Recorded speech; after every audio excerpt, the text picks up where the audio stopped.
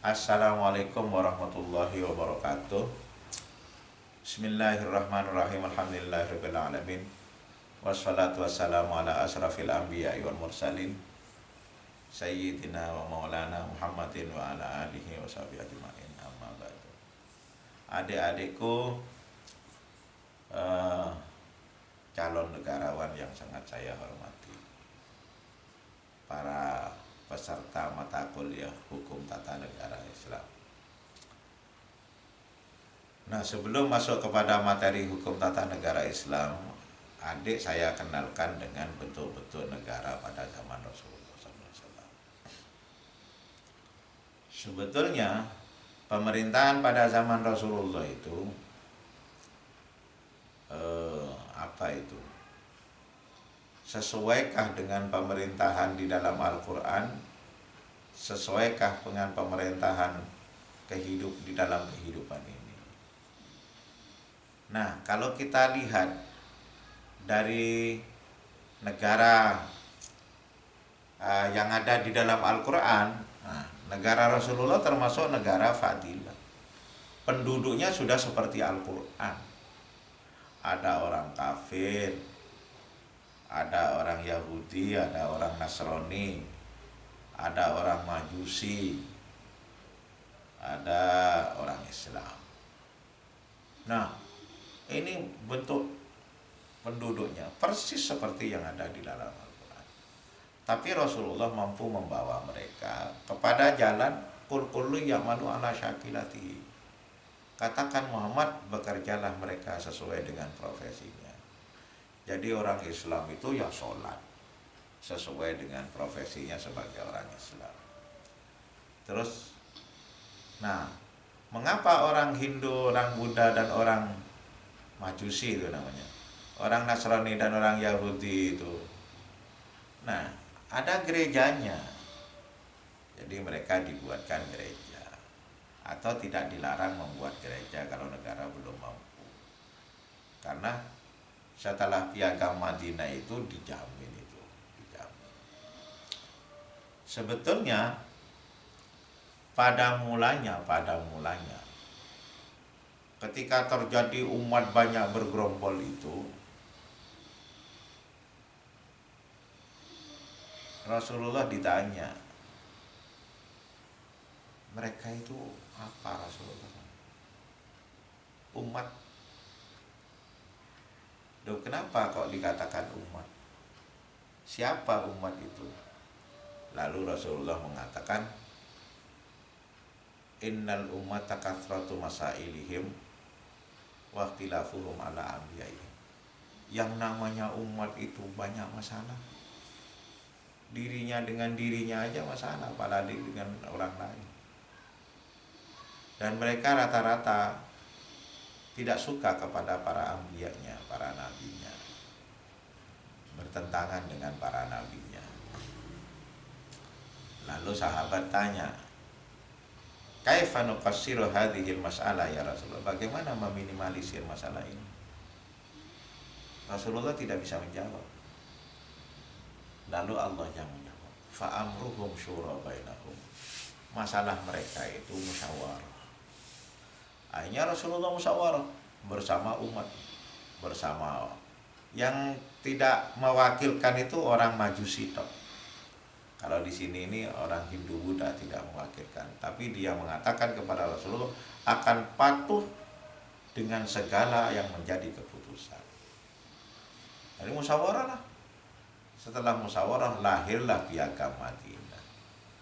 Nah, lahir Piagam Madinah itu apa? Piagam Madinah itu aturan dan peraturan cara hidup bermasyarakat, berbangsa, dan bernegara.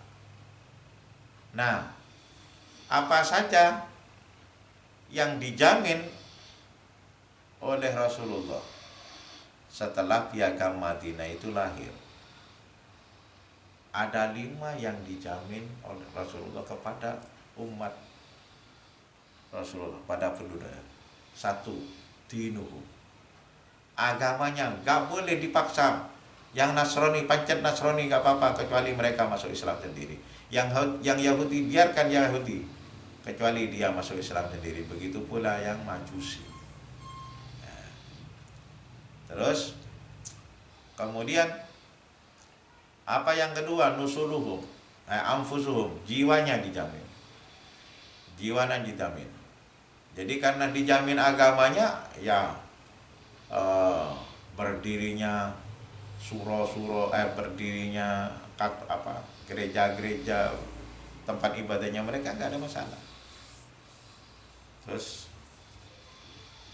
anfusuhum, jiwanya dijamin, tidak boleh dibunuh. Terus yang ketiga apa? Nusuluhum, anak cucunya dijamin. Yang keempat auratuhum aw amwaluhum, hartanya dijamin. Yang kelima uquluhum, akalnya dijamin. Jadi dijamin. Dan wilayahnya ada, pemerintahannya ada, rakyatnya ada, tadi umat itu, terus undang-undangnya ada, wilayahnya ada. Nah kemudian Rasulullah itu diakui oleh negara luar. Dengan bukti apa? Tidak, kalau menjajah diperangi oleh Rasulullah, terus lalu dengan itulah Rasulullah diakui oleh negara-negara luar. Ada 5. Jadi sesuai dengan kehidupan sudah negaranya, sesuai dengan kehidupan. Nah kembali kepada Al-Quran, negaranya Rasulullah negara fadilah. Mempertahankan ini Rasulullah. Terjadi perang Badar.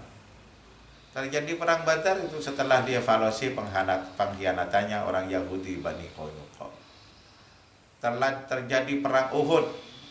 Perang Uhud itu pengkhianatannya Bani Qainuqa, Bani Nadir. Nah, terjadi perang Khandaq. Perang Khandaq itu pengkhianatannya Bani Quraidah. Jadi orang Yahudi di sana itu berkhianat semua, lalu diusir dari negara itu oleh negara, bukan oleh umat yang ada di sana. Itu hasil musyawarah. Adik-adikku yang sangat saya hormati, karena itulah negara Rasulullah itu sama dengan negara fadilah di dalam Al-Quran.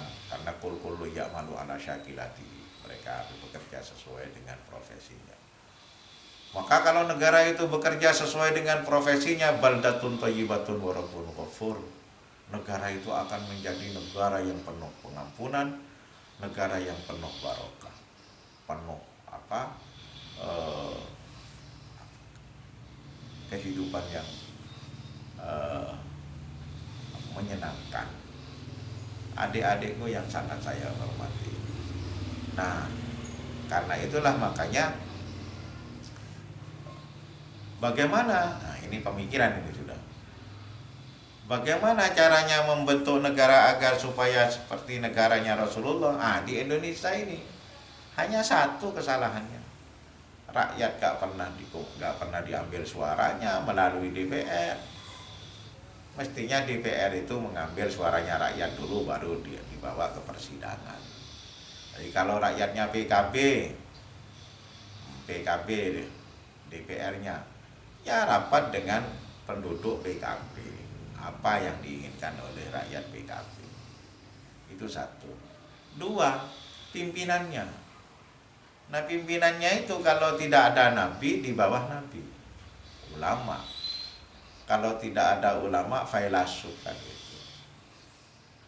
Karena itulah caranya mengatasi masyarakat itu hanya 5 hari memimpin. Yang 2 hari itu naik ke Menara Gading menuju Tuhan.